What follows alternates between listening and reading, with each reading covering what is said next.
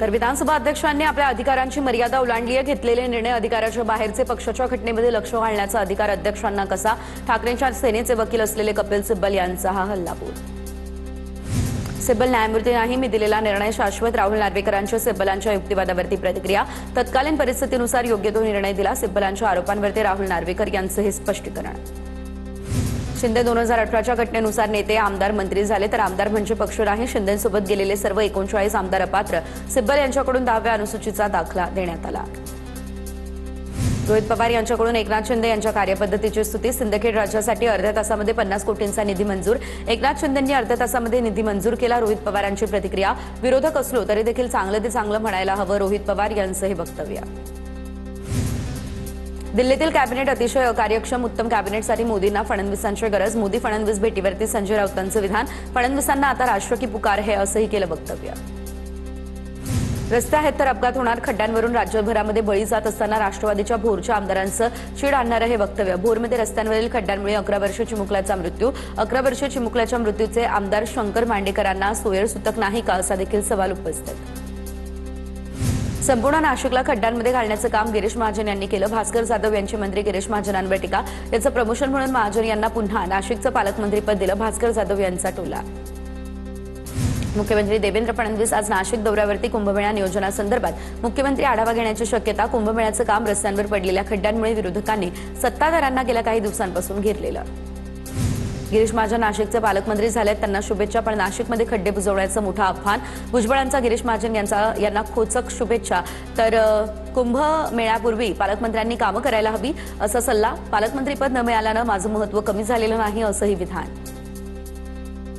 जातीय जनगणनेच्या फॉर्ममध्ये ओबीसींचा स्वतंत्र कॉलम नाही, ओबीसी नेते बबनराव तायवाडे यांचा आरोप। डिसेंबरमध्ये राष्ट्रीय ओबीसी महासंघ रामलीला मैदानामध्ये आंदोलन करणार, तायवाडेंची माहिती।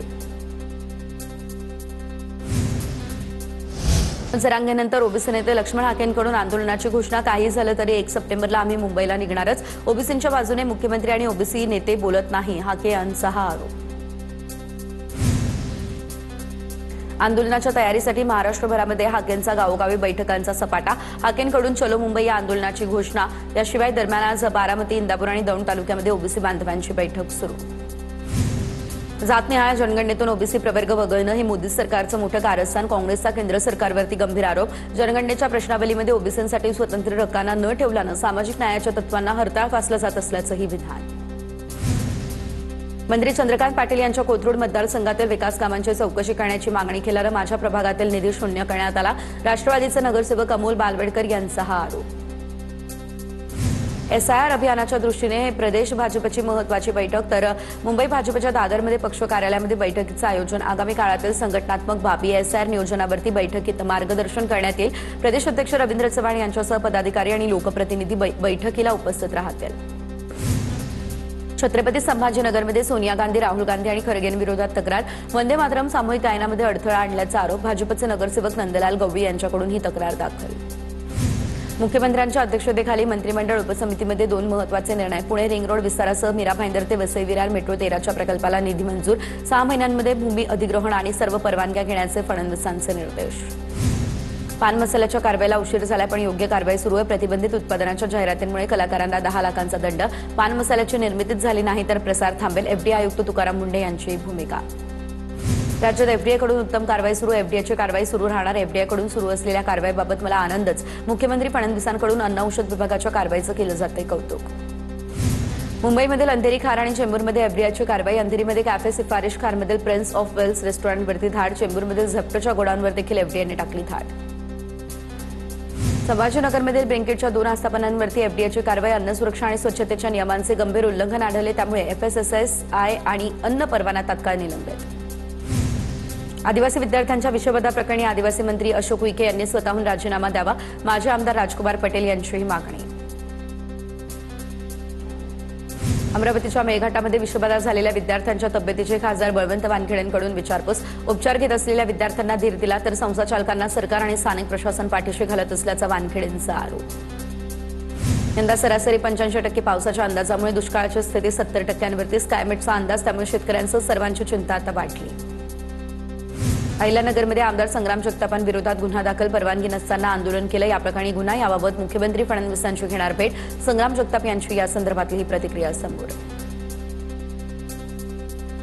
राहुल गांधींनी स्वातंत्र्यवीर सावरकरांबद्दल वादग्रस्त वक्तव्य केल्याचं प्रकरण, नथुराम गोडसे सावरकर यांच्यामध्ये कौटुंबिक नातं, सुनावणी दरम्यान राहुल गांधींच्या वकिलांचा कोर्टात युक्तिवाद, नथुराम गोडसे आरएसएसचा सक्रिय सदस्य होता असाही युक्तिवाद.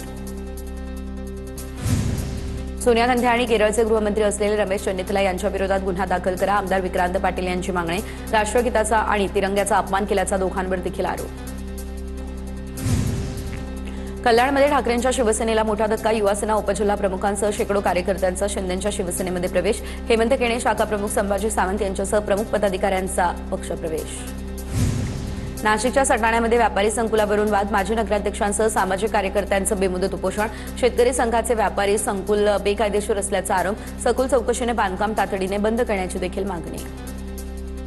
भंडाऱ्याच्या लाखांदूरमध्ये रस्त्याच्या दुरावस्थेवरून नागरिकांचं प्रशासनाविरोधात आता आंदोलन सुरू, प्रशासनाला वारंवार निवेदन देऊन देखील कोणतीही दखल न घेतल्यानं संतप्त नागरिक रस्त्यावर उतरले. आदिवासी विभागानं काढलेल्या JR विरोधात शासकीय आदिवासी वसतिगृहात विद्यार्थ्यांचं बेमुदत आंदोलन, आदिवासी विकास मंत्र्यांनी राजीनामा देण्याची मागणी, अन्यायकारक JR तातडीने रद्द न झाल्यास तीव्र आंदोलन करू असा संतप्त विद्यार्थ्यांचा इशारा. भंडाऱ्यामध्ये एका विद्यार्थ्याकडून दुसऱ्या शालेय विद्यार्थ्याची हत्या, जुन्या वादातून हत्या केल्याची माहिती, भंडाऱ्याच्या मेंढा या परिसरातील गार्डन जवळील ही घटना. अमरावतीच्या बडनेराजवळ कार आणि ट्रकचा भीषण अपघात, कार चालकाचा जागीच मृत्यू तर ट्रक चालक फरार, ट्रक चालकानं मद्यपान केल्याची देखील माहिती समोर. नांदेडमध्ये देहविक्री करणाऱ्या व्यवसायावरती विशेष पथकाची कारवाई, उच्चभ्रू वस्तीमध्ये देहविक्री व्यवसाय सुरू होता, गुप्त माहितीच्या आधारे 3 महिला आणि 2 पुरुषांना पोलिसांनी ताब्यातही घेतलं. बीडच्या गेवराईमध्ये अवैध वाळूसाठी आता लाच घेणाऱ्या तलाठीला अटक, तर अवैध वाळू वाहतुकीसाठी तलाठ्यानं 70,000ची लाच घेतली, छत्रपती संभाजीनगरमधील एसीबी पथकाची कारवाई समोर. खारघरमध्ये देशातील पहिली हिल मॅरेथॉन स्पर्धा पार पडणार, 23 ऑगस्टला पनवेल पालिकेकडून मॅरेथॉन स्पर्धेचं आयोजन, देशभरातील धावपटू मॅरेथॉन स्पर्धेमध्ये सहभागी होणार असल्याची देखील माहिती. राजश्री छत्रपती शाहू महाराजांच्या मुंबईमधील स्मारकासाठी विधान परिषदेचे उपसभापती सचिन आहेर यांच्या अध्यक्षतेखाली बैठक पडली पार, स्मारकासाठी योग्य जागा निश्चित करून तात्काळ पालिका आयुक्तांना पत्र देण्याच्या मंत्री चंद्रकांत पाटील यांच्या बैठकीमध्ये सूचना. महाडच्या ऐतिहासिक चौदार तळ्याच्या सुशोभीकरणाला आता आणखी 40 कोटींची भर पडणार, मंत्री संजय शिरसाट यांची घोषणा, 20 मार्च 2027 मध्ये चौदार तळ्याचं लोकार्पण होणार.